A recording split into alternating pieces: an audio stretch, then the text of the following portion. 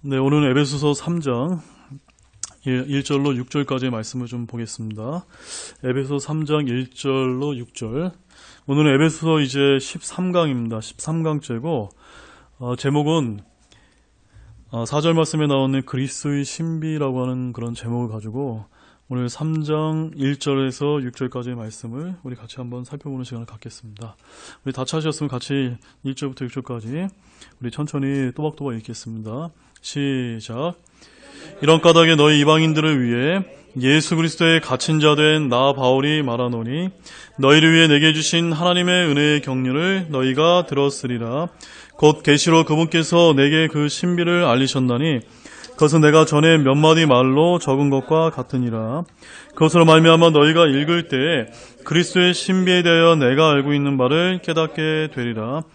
그분께서는 이제 자신의 거룩한 사도들과 대언자들에게 성령을 통해 이 신비를 계시한 것 같이 다른 시대들에서는 사람들의 아들에게 그것을 알리지 아니하셨는데 이 신비는 곧 복음으로 말미암아 이방인들이 그리스도 안에서 동료 상속자가 되고 같은 몸에 속하게 되며 그분의 약속에 참여하는 자가 된다는 것이라. 아멘.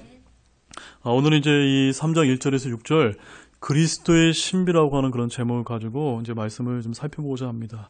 4절 말씀에 보니까 우리 사도 바울이 이렇게 얘기하고 있습니다. 너희가 읽을 때 그리스도의 신비에 대하여 내가 알고 있는 바를 깨닫게 되리라. 누가 깨닫게 된다는 겁니까? 저와 여러분이 오늘 방금 이제 읽었지 않습니까? 이렇게 읽은 것처럼 사도 바울에게 예수님께 주신 그 계시로 인해서 알았던 이 그리스도의 신비를 그때 그 받았던 그 신비를 우리가 같이 이게 읽음으로써 또 이제 이 강의 말씀을 저희들이 들음으로 인해서 이제 같이 동일하게 깨닫게 된다라는 그런 아주 중요한 주제를 가지고 오늘 말씀을 좀 살펴보고자 합니다. 자, 우리 먼저 1절 말씀 다시 같이 읽겠습니다. 시작. 이런 까닭에 너희 이방인들을 위해 예수 그리스도의 갇힌 자 된 나 바울이 말하노니. 자, 이 말씀에 보면 처음에 뭐라고 이제 말씀을 시작하고 있습니까? 이런 까닭에라고 이렇게 말씀하고 있습니다. 이런 까닭에. 자, 이런 까닭에는 무슨 의미일까요, 여러분? 여기서 말하는 이런 까닭은 여러분들 우리 지금까지 2장에 있는 말씀을 잘 기억해 보십시오. 2장에서 우리가 이미 이제 말씀에서 살펴보았고 말씀드린 대로 우리가 그리스도 안에서 변화된 신분과 상태를 지금 말하고 있습니다. 그것이 바로 이런 까닭인데 어떻게 변화됐고 어떻게 우리의 신분과 상태가 변화됐습니까? 2장에 보면 이렇게 되어 있습니다. 범법과 죄들 가운데서 죽었었고요.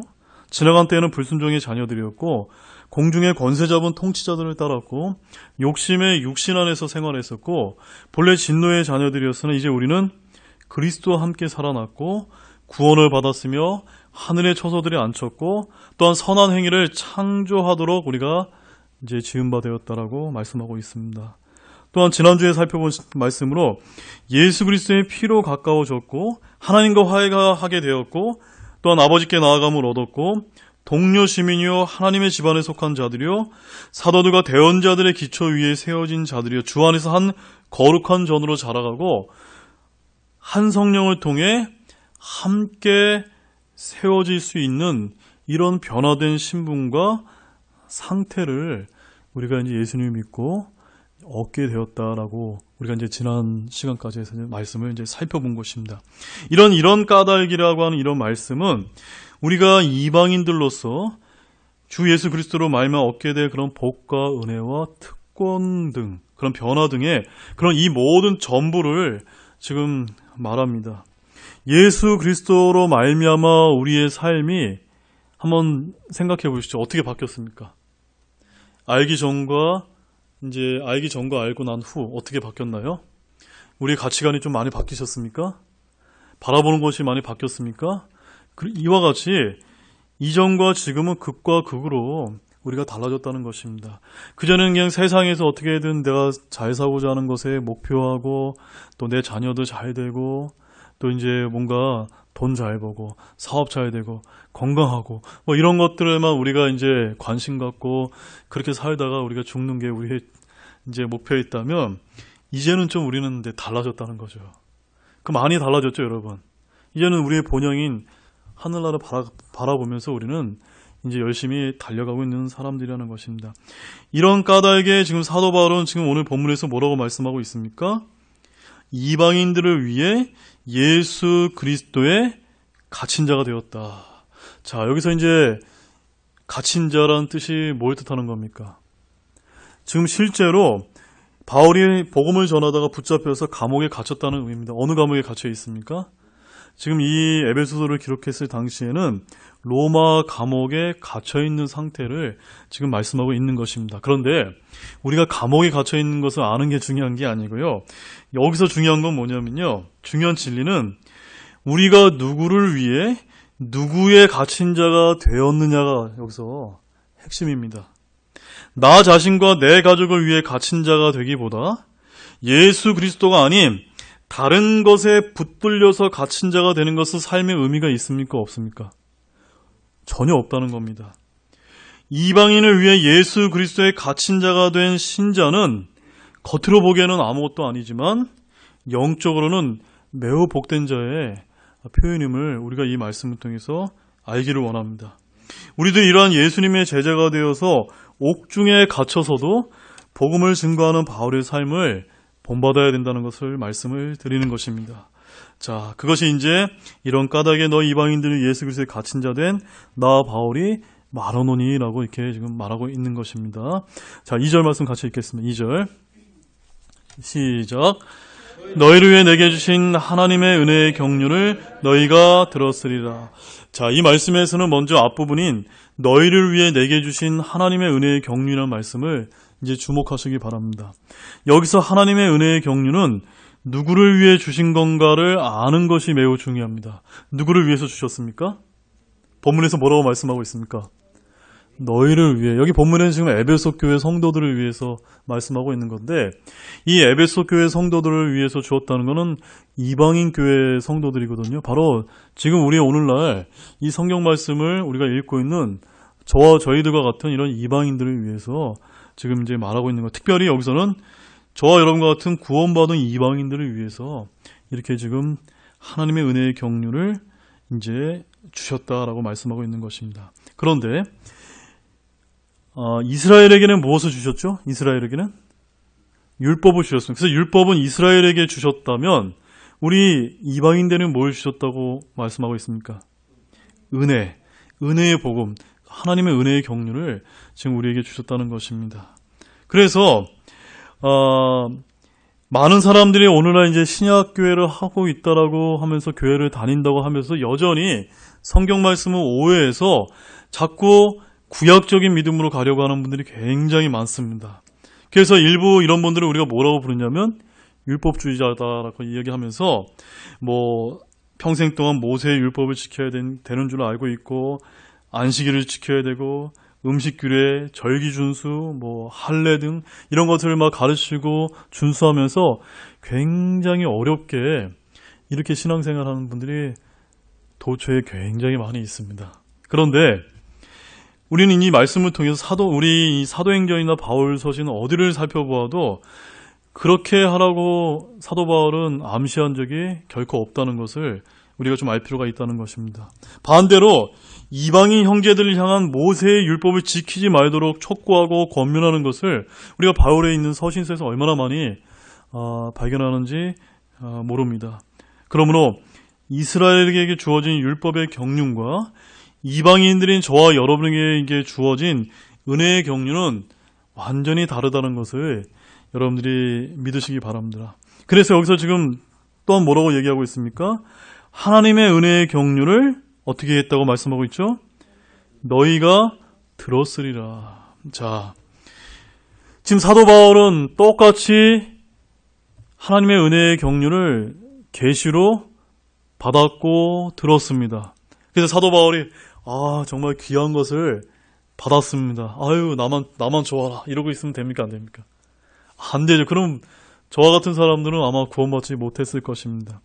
우리가 하나님의 은혜의 경륜을 이렇게 사도 바울처럼 주님께 받았다면 또 어떻게 해야 됩니까? 나가서 전파해야 된다는 것입니다. 그래서 사도 바울은 유대인의 회당에 들어가서 그들에게 전했습니다. 그저 우리가 은혜를 입었다면 되갚아야 하는 것이 세상에 이치이듯이 우리도 들었다면 우리의 입을 열어서 전해야 된다는 것을 말합니다. 그래서 여기서 은혜의 경륜, 은혜의 세대란 누구나 은혜의 말씀, 은혜의 복음을 듣고 은혜의 선택에 따라 우리의 행위가 아닌 은혜의 선물로 값없이 구원받는 세대, 구원받는 경륜을 성경에는 하나님의 은혜의 경륜이다. 여기에는 나의 어떤 공로가 하나도 포함되어 있지 않습니다. 내가 어떻게 했기 때문에 구원받은 것이 아니라 주님께서 다 이뤄놓으신 것을 우리가 그저 어떻게 해요? 그냥 믿기만 하면 됩니다. 받아들이기만 하면 됩니다. 예. 그래서 성경 말씀이 어떤 말씀인지 그분을 받아들이는 자, 곧 그분을 믿는 자다라고 이렇게 표현하고 있지 않습니까? 우리는 그저 받아들이기만 하면 되는 그런 하나님의 은혜의 경륜을 세대를 우리가 살고 있다는 것입니다. 그래서 우리는 이제 더 이상 이제 율법의 행위 없이 의롭게 되고 믿음으로 말미암아 누구나 담대하게 하나님의 은혜의 왕자에 나가서 기도로 들고 나아갈 수 있고 그분의 은혜의 영광과 은혜의 지극히 풍성함을 찬양하는 그런 세대를 성경에서는 뭐라고 얘기하는 겁니까? 은혜의 경륜, 은혜의 세대다. 이렇게 이제 부르는 것입니다. 바울은 지금 본문에서 너희를 위해 내게 주신 은혜의 경륜이라고 말하고 있는데 이것은 구약의 대언자들이나 예수님의 12사도를 말하는 것이 아닙니다.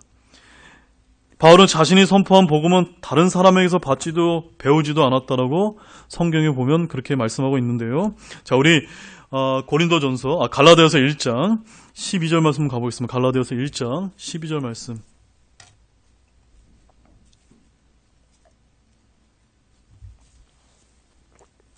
갈라디아서 1장 12절. 자, 같이 읽겠습니다. 시작. 나는 그것을 사람에게서 받지도 아니하고 배우지도 아니하였으며 다만 그것은 예수 그리스도의 계시로 말미암았느니라. 아멘. 자, 이 사도 바울의 경우는 굉장히 특별한 겁니다. 혹시 우리 주변에도 내가 예수님께 직통계시 받았다 라고 얘기하면서 내가 말하는 것이 예수님께서 가르쳐주신 말씀이다라고 전하는 사람들이 있다면 우리는 어떻게 해야 되겠습니까? 당장 도망쳐야 됩니다. 예. 이제 그런 분들 여러분 만나본 적 없으세요? 저는 만나본 적이 있습니다. 제가 예전에 이제 군생활 했을 때 저기 이제 어청도에 어떤 그 모녀 왕국이라고 그분 아들이 이제 서울대 다니고 굉장히 아주 머리가 좋은 분이고 따님은 이 킹제임스 성경을 전체를 다 암기를 했답니다. 여러분 믿어지세요? 영어 성경으로 한글이 아니라. 그래서 성경을 이렇게 얘기하면은 몇 장 몇 절 하면 거기서 통째로 영어로 줄줄줄 나옵니다. 그 딸이. 네. 그리고 그 어머님은 손으로 이제 흙을 으깨가지고 큰 이제 움막처럼 집을 만들어서 이제 사람들을 이제 끌어모으고 왜 끌어모으냐면 그런 모녀 왕국을 만들어서 자기가 이제 그 모녀 왕국에 들어가 살면서 하늘로부터 직통계시를 받는다는 거예요. 네. 그래서 자기는 요한계시록을 해석을 할 때 이제 어떤 신학책이나 이런 누구한테 배운 그런 지식이 아니라 하나님께서 직접 알려주신대요. 그래서 제가 이제 그 집에 우연찮게 이제 알게 돼서 한번 그분이 만들어준 고구마도 먹으면서 이렇게 이야기 나누는데 너무 황당하더라고요. 제가 일반적으로 알고 있는 계시록의 지식과 그분이 알고 있는 지식과는 너무나 다른 거예요. 아니 자기 멋대로 이제 해석해서 이렇게 가르친다는 거죠. 지금 이제 오늘날 그런 분들이 우리 곳곳에서 많이 있습니다. 그러나 그것들은 다 잘못된 것이고 오직 이 사도 바울에게 정말 특별하게 하나님께서 그 예수 그리스도의 계시로 말미암아 사도 바울에게 이방인의 사도로 부름받아서 그렇게 주셨고 또 어떻게 하셨습니까? 기록된 말씀으로 우리에게 다 알 수 있게끔 이제 기록해 주었다는 것입니다. 그래서 사도 바울은 다른 12사도나 다른 사람들이 받은 것도 배운 것도 아니라 누구에게 받았다고 말씀하고 있습니까? 예수 그리스도로부터 친히 내가 이제 계시를 받아서 너에게 알려준다. 한마디로 이 사도 바울은 아주 특별한 사도였다는 것을 말해주고 있는 것입니다. 그 다음에 우리 고린도전서 15장 3절 말씀에 찾지 마시고 거기 어떻게 얘기하고 있냐면요. 사도 바울이 내가 또한 받은 것을 무엇보다 먼저 너희에게 전하였노니. 그러니까 자기만 듣고 자기만 이렇게 알고 좋아한 것이 아니라 어떻게 해요? 내가 들은 것이 너무나 특별했기 때문에 지금 로마 감옥에 갇혔을 정도로 자기의 목숨을 아낌없이 내어주면서까지 전하려고 그렇게 했었다는 겁니다. 그것이 이제 사도 바울의 삶이라는. 그래서 우리의 복음이 이렇게 참된 복음이 들어오게 되면 우리는 담아둘 수가 없습니다. 예. 그것이 원래 이 복음의 능력이라는 것을 지금 사도 바울의 삶을 통해서 말씀하고 있다는 것입니다. 한마디로 바울은 주님께로부터 직접 계시로 복음을 받았다라고 말씀하고 있습니다. 은혜의 경륜은 사도 바울에게 계시로 주어진 것이며 바울은 자신이 받은 계시, 은혜의 경륜을 예루살렘에 있는 사도들에게 알려주었습니다. 자, 갈라디아서 2장 2절 말씀 보십시오. 갈라디아서 2장 2절 말씀. 같이 읽겠습니다. 시작. 내가 계시로 말미암아 올라가 내가 이방인들 가운데 선포하는 그 복음을 그들에게 전달하되 명성 있는 자들에게는 개인적으로 하였으니 이것은 어찌하든지 내가 다름질하는 것이나 다름질한 것이 헛되지 아니하게 하려 함이라. 자, 우리가 복음을 전할 때요, 굉장히 지혜로워야만 됩니다. 무조건 가서 하면 되지 않고, 우리 사도 바울도 우리에게 여기 말씀에서 아주 지혜를 알려주고 있지 않습니까? 뭐라고 지금 기록하고 있습니까? 이방인들에 가서 복음을 전하는데 명성 있는 자들에게 어떻게 했다고요? 개인적으로. 예. 그 명성 있는 사람들이 어떤 사람이에요? 지위가 높고 굉장히 유명한 사람들이에요. 그런 사람들 가서 공개적으로 가서 막 하면은 그 사람도 다른 사람 눈이 있으니까는 이제 못 듣는 거죠. 그러나 개인적으로 가서 이렇게 정말 지혜롭게 전했다는, 우리가 이 사도 바울의 삶을 통해서 좀 여기서 좀 지혜를 얻을 필요가 있다는 거예요.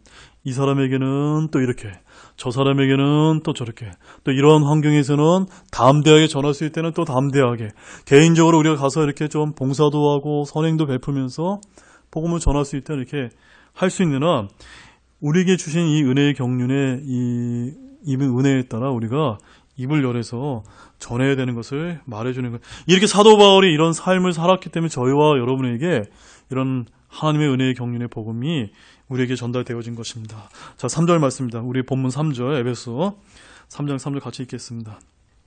시작. 곧 계시로 그분께서 내게 그 신비를 알리셨나니 그것은 내가 전에 몇 마디 말로 적은 것과 같으니라.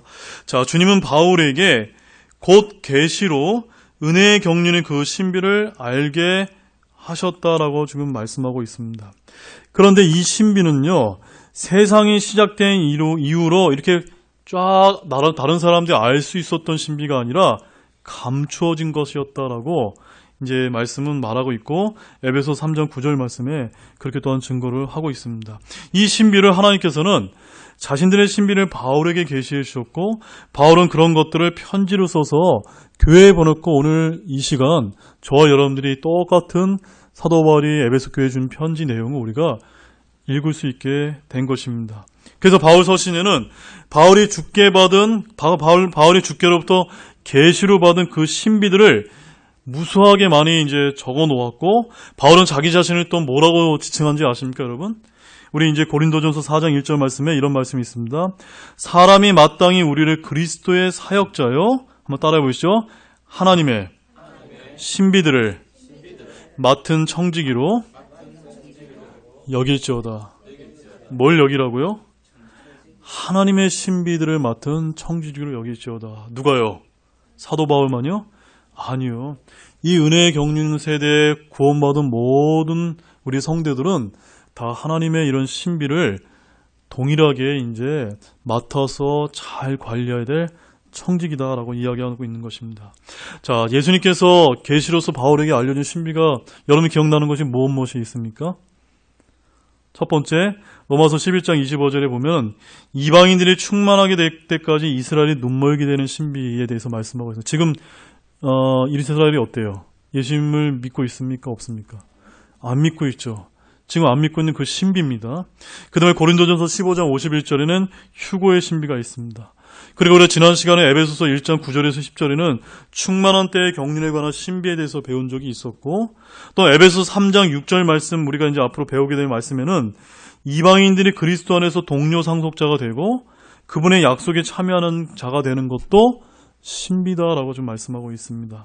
또 에베소 5장 32절 말씀에는 그리스도의 몸의 신비가 있고 또한 교회의 신비가 있고, 골로새 1장 26절과 27절 말씀에서는 성령님께서 그리스도의 영이 우리 안에 내주하시는 그런 신비에 대해서도 말씀하고 있습니다. 이 외에도 여러 신비들이 있습니다. 불법의 신비, 성육신의 신비 등 하나님께서 이러한 신비들을 다 사도 바울에게 주셨고, 사도 바울은 하나님의 신비를 맡은 청지기의 임무를 매우 잘 수행해서 각 지역교회에게 편지를 써서 알리고 복음을 전파하면서 어떻게든 그 신비들을 이제 알릴 수 있도록 한 것이 사도 바울의 역할이었다는 것입니다. 자, 4절 말씀입니다. 본문 4절 같이 읽겠습니다. 시작. 그것으로 말미암아 너희가 읽을 때 그리스도의 신비에 대하여 내가 알고 있는 바를 깨닫게 되리라. 자, 이제 본문 오늘 말씀의 이제 주제가 나옵니다. 여기서 그것으로 말미암아는 뭘 뜻하는 걸까요? 그것으로 말미암아.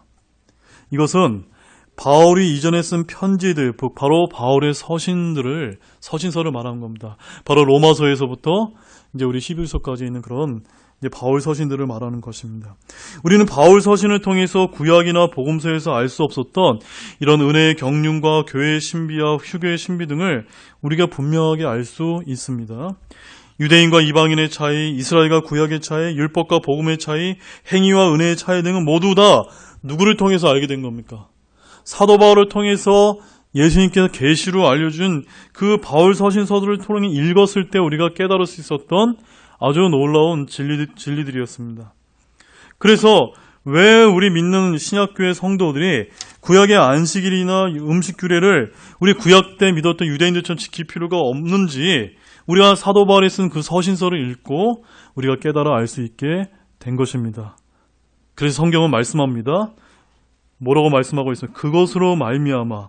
사도 바울의 그런 서신서들로 말미암아. 그 다음에 뭐라고 써있죠? 너희가 읽을 때, 너희가 읽을 때, 그 다음에 맨 마지막 동사가 뭡니까? 깨닫게 되리라. 어떻게 해야 깨닫게 된다는 겁니까? 읽어야만 됩니다. 우리가 성경을 읽지 않고는 절대로 깨달을 수 있는 방법은 없습니다. 그래서 로마서의 다른 말씀에 뭐라고 말씀하고 있습니까? 믿음은 어디서 나옵니까? 들음에서 나오고, 들음은 하나님의 모든 말씀에서 나온다고. 우리가 하나님의 이 모든 말씀에 있는 이 진리들과 신비를 자꾸자꾸 읽고 듣고 배워야 우리가 깨달을 수 있다고 말씀하고 있는 것입니다. 오늘날 성령의 직통 계시나 환상 등을 통해서 깨달았다라고 혹시 고백하는 사람들이 있다면 이분들은 다 마귀에게 다 속임당한 것입니다. 성경은 하나님의 말씀을 통해서 우리가 어떻게 신비를 깨닫게 되는지를 분명하게 이야기하고 있습니다. 어떻게 깨닫게 됩니까? 너희가 읽을 때 깨닫게 되리라. 외우기 쉽죠, 여러분? 너희가 읽을 때 깨닫게 되리라. 자, 그럼 우리가 한번 가슴에 손을 놓고 한번 반성을 해봐야 됩니다. 얼마나 우리가 성경을 가까이 하고 읽고 있는가. 혹시 제가 아침에 묵상 말씀 주는 거로 만족하시는 거 아니시죠? 네. 물론 그럴 수도 있습니다. 바쁘시니까. 그러나 조금 더 시간을 내어서 읽으려고 애쓸 때마다 이제 더욱더 깨달음이 많이 오는 것은 당연합니다. 왜 우리 학생들 보면 공부 열심히 하는 학생들이 어때요? 성적이 좋고 좋은 대학 가는 겁니다. 네.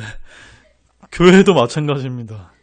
자주 빠지고 성경 말씀 자주 읽지 않고 또 이렇게 게을리하고 그러면 깨달음이 없죠. 깨달음이 없으면 어떻습니까?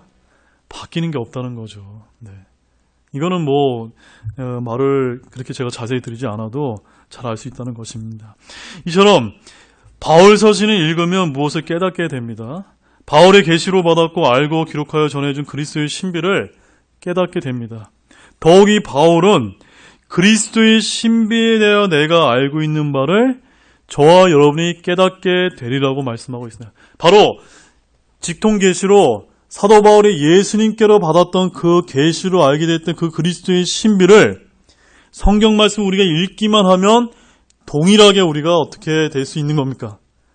깨닫게 될 수 있다는 거예요. 이것이 하나님의 능력인 것입니다. 아멘입니까?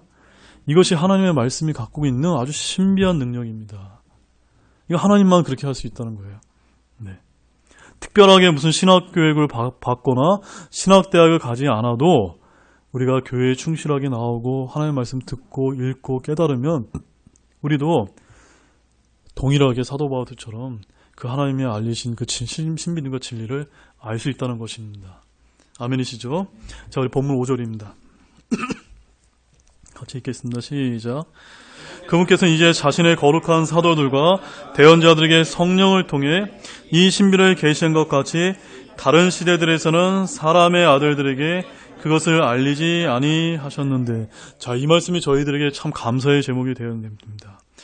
지금 이 사도 바울에게 전해줬던 이 은혜의 경륜의 복음, 우리가 아까 서두에서 뭐라고 말씀드렸습니까? 불순종의 그 마귀의 자녀들 가운데 살았다가 범법과 죄들 가운데 죽었었고, 이런 모든 이런 은혜의 경륜의 이런 그런 신비들을 우리가 구원받았기 때문에 깨달은 건데, 그 신비를 과거 구약에 있는 대언자들과 사도들에게도 계시하지 않았던 것을 누구한테? 지금 저와 여러분에게 지금 이 기록된 말씀을 읽을 때 깨달을 수 있도록 하나님께서 이제 허락해 주셨다는 것입니다. 그것이 뭡니까? 그게 은혜의 시대라는 겁니다. 예, 그게 은혜의 경륜의 세대라는 것입니다. 과거의 율법의 경륜의 세대 때는 결코 그럴 수가 없어요. 그 당시 사람들은 어떻게 신앙생활을 했습니까? 열심히 지켜야 했어요. 오늘날 말대로 하면은 교회에 매일 나와야 돼요. 시간에 어기거나 빠지거나 또 이제 그 시간대에 정해서 뭐 하지 않으면 어떻게 돼요? 율법을 어긴 게 되는 그런 가르침 속에서 살았던 사람들이 구약의 율법의 경륜이었다는 것입니다. 우리 지금 그렇게 살아가고 있습니까? 얼마나 우리 나태하게 살아도 주님께서 은혜를 많이 베풀어 주시지 않습니까? 정말 은혜라는 것이죠. 아멘이시죠? 이것이 은혜의 경륜이고 교회의 신비라는 것. 우리가 이 에베소서만 읽으면 이제 그 하나님의 진리, 그 그리스도의 신비를 깨달을 수 있게 되었다. 자, 이제 6절 말씀, 본문 6절을 읽겠는데, 이 6절에 우리가 오늘 다루고자 하는 이 그리스도의 신비가 무엇인지 그 말씀을 좀 정의하고 있습니다. 자, 6절 같이 읽겠습니다. 시작. 이 신비는 그 복음으로 말미암아 이방인들이 그리스도 안에서 동료 상속자가 되고 같은 몸에 속하게 되며 그분의 약속에 참여한 자가 된다는 것이라. 자, 제가 여러분에게 이제 간단한 질문 드리겠습니다. 성경 말씀은 읽으면 깨달을 수 있다고 분명히 말씀하셨죠? 자, 그러면 여기서 우리가 지금까지 몰랐을 때는 그리스도의 신비가 그러면 뭔가 그리스도의 신비 너무 어려운 것 같아. 이렇게 우리가 생각을 했다면 지금 여러분 이제 답변해 보세요. 그리스도의 신비가 뭡니까? 예. 아멘. 이제 우리는 말씀을 가지고 우리도 깨달을 수 있게 되었다는 것입니다. 그런데 여기 매개체가 있습니다. 어떤 매개체입니까? 복음을 전해야 됩니다. 네. 복음을 전해줘서 우리의 영적인 지각의 눈이 열리지 않으면 신비고 뭐고 다 필요 없다는 겁니다. 일단 우리 교회에 오시는 분들도 지금 구원받아야 될 분들이 있잖아요. 그분들의 첫 번째 관문이 뭡니까? 일단 구원받아야 돼요. 복음을 통해서 구원받는 일이 먼저 시작이 되어야 그 다음 단계로 어떤 일이 벌어집니까? 내가 그리스도 안에 동료 상속자가 되고 같은 몸에 속하게 돼 그분의 약속에 참여하는 것을 깨달음으로 인해서 하나님께 감사를 돌리는 그런 일이 벌어진다는 것을 우리가 좀 기억해야만 된다는 것입니다. 한마디로 쉽게 말해서 이방인들도 전에 우리가 어떻게 이방인들 뭐라고 불렸다고 말씀드렸죠?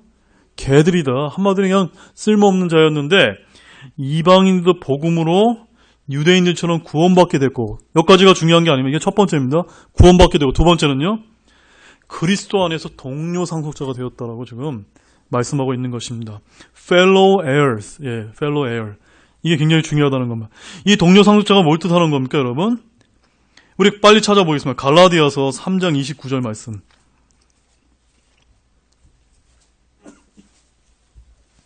갈라디아서 3장 29절 말씀. 자, 같이 읽겠습니다. 시작.